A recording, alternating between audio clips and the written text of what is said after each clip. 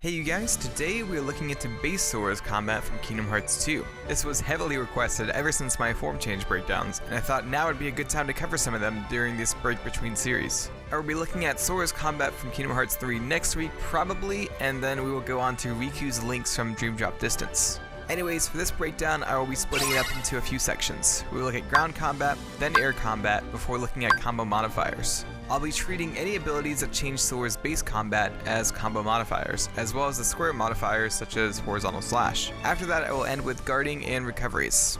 I feel like magic is pretty self-explanatory for base form Sora, so I won't be covering that. I'm a little overwhelmed with trying to cover all the minute details involving base Sora, so I may miss some things. If I do, let me know down in the comments below or on Discord.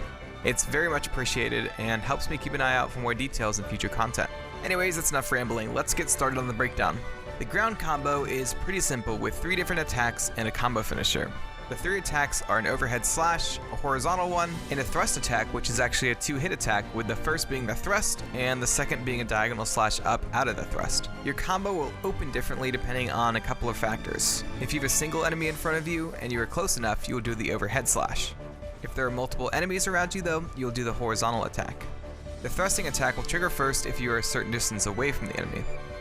The base combo finisher also changes depending on how many enemies are around you.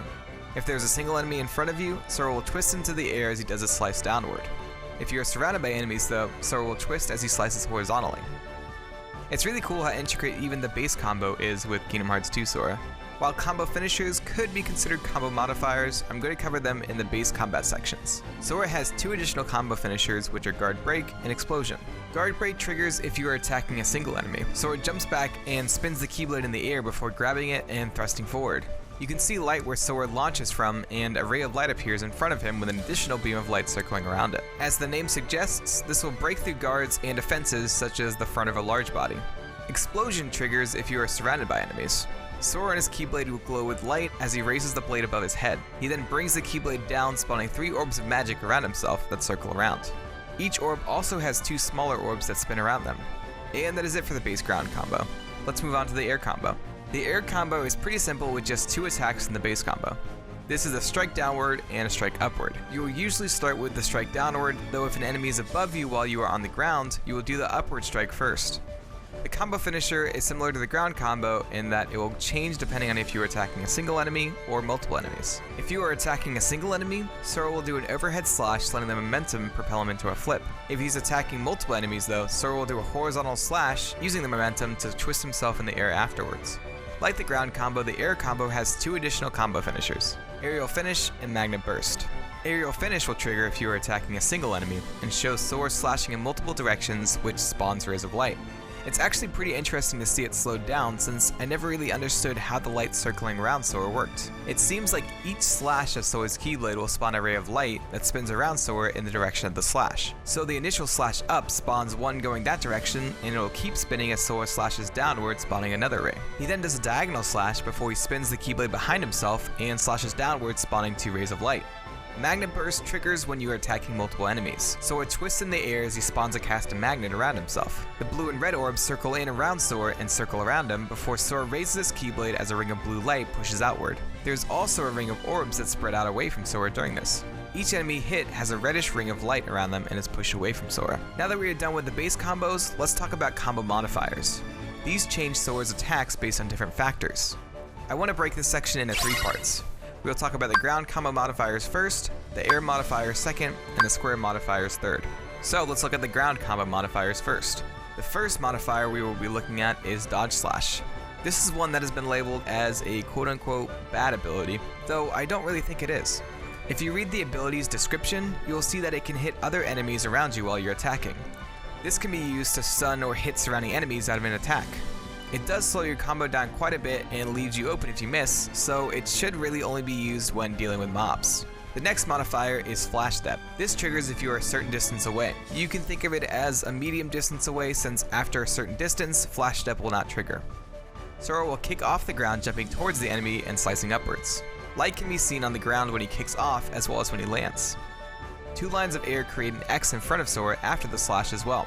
This attack hits twice, with the initial hit coming from the dash and the second hit coming from the upward slash. This attack can also break through guards and also will not be stopped by an enemy's attack. Other attacks will have you bouncing off an enemy's attack, while Flash Step will keep your attack going. Slapshot is the next modifier and is a throwback to the Final Mix version of Kingdom Hearts 1. This is just a quick slash upward during your combo. It also does not throw you back when you parry an enemy. The next modifier is Sliding Dash. Kingdom Hearts 1 Final Mix had an ability with the same name, though the actual attack is not the same. Sliding Dash in KH2 shows Sora flipping the Keyblade in a style similar to Ventus and dashing toward the enemy. At the end of the attack, Sora will twist as he flips the Keyblade back to his normal attacking style. This will hit 3 times during the dash. The last ground modifier is Vicinity Break. This triggers if you are surrounded by enemies. Sora will crouch and turn, holding the Keyblade behind himself before slicing outwards and twisting around in a full circle. 2 rays of light follow his slice, and 2 shockwaves shoot out from the ground. And that is it for the ground modifiers. Let's move on to the air ones. The first modifier is Aerial Dive. The only time I have been able to trigger this is when I'm on the ground and attacking an airborne enemy. Sora will flip 4 times while slashing at the enemy. He turns during his flips to change the direction of his slashes. The next modifier, Aerial Spiral, is pretty similar to the previous attack in that Sora spins and slashes at the enemy.